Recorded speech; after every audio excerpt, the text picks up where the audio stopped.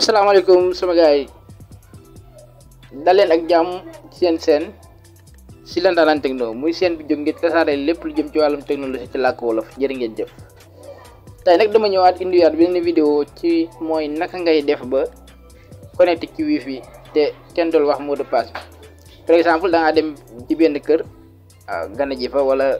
benn wifi bu nekk seen koñ nga bëggee connecté te xamoo code bi wala ñi waa kër ga nanguwul la ko dugalal wala yow wala ñoom xamuñu code bi dañ leen ko dugalal rek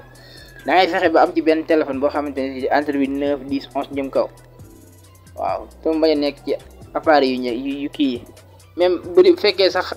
li may bëgg expliquer nii appareil bi am ko am na beneen solution booy def léegi yow fexeel ba appareil bi nga xam ne moo ci connecté nekk entre 9 10 jëm kaw rek bon moom bu ko amee rek appareil beneen bi nga xam ne moom nga bëgg mu connecté ci lu ci mën a connecté loolu du garaaw. léegi kéeku bés nga ci chaîne bi ñu ngi lay ñaan nga bës abonné bës cloche de notification bi bës like ngir di mën a am bépp vidéo bi jàll ci chaîne bi merci. comme par exemple da ngay vérifier da ngay wàccee vidéo bi nii nga bës wifi bi connecté nga bës ko téye nga dugg ci biir wifi bi nga xool ba xam am na lii su fekkee am na lii rek yow da nga ko mën waaw fekkee amu ko nag moom pour nga connecté du joom da ngay xool appareil bu am lii léegi bu ko amee moom dootu am problème léegi bu fekkee da nga am na ko léegi yow mi nga xam ne yow yaa ci bëgg a connecté da ngay bës yow sa wifi nga ñëw fii nii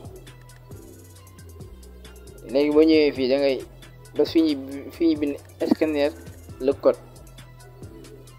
waaw wala soit mën naa nekkee fii ci kaw léegi boo defee yow boo bësee scanner le code lii la lay indil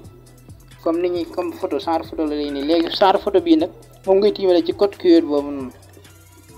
muy code bii nii ci nga koy tiimale boo ko ci tiimalee automatiquement day récupérer code bi nga xam ne doo fi nekk di bind da koy récupérer muy connecté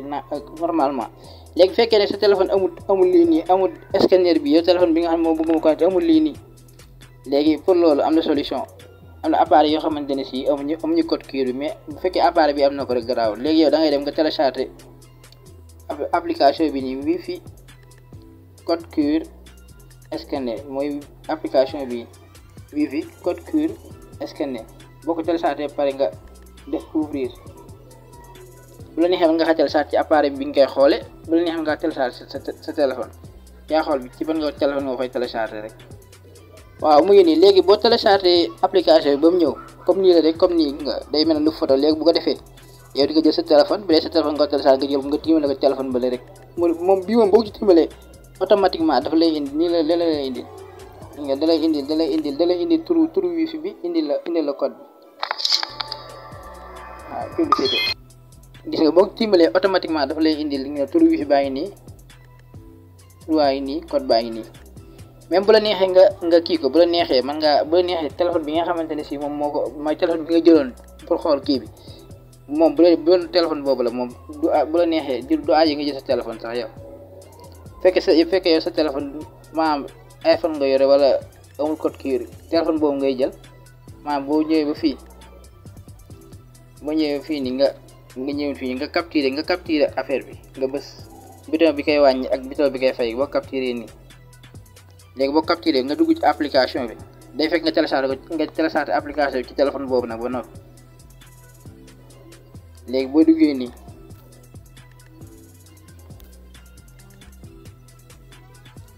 boo duggee nii boo defee nii boo duggee nii fu mu bindal la scanner fi mu taxaw nii da ngay ñëw fii galerie ngay ñëw galerie bi da nga ñëw fi ñu bind galerie gis nga boo demee galerie da ngay xool photo bi nga capturé woon léegi soo ko ok rek automatiquement daf lay indil code bi bu ko defee yow nga jël code bi nga bind ko comme ni mu ko bindee nii nga defee nga mën a am code bi te kenn doo ci sonal kenn du la ci sonal